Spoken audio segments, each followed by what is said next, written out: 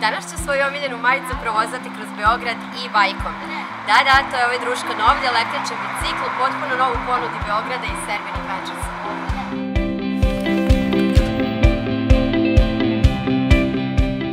Električni vodič reći će ti sve o ključnim lokalitetima, a sistem električnih pedala oslobađa te potrebe za pripremnim treninzima. Uštedi vreme, povećaj zabavu i doživi Beograd na potpuno novi način. Povedi ekipu i napravite fotke koje će skupiti stotine lajkova.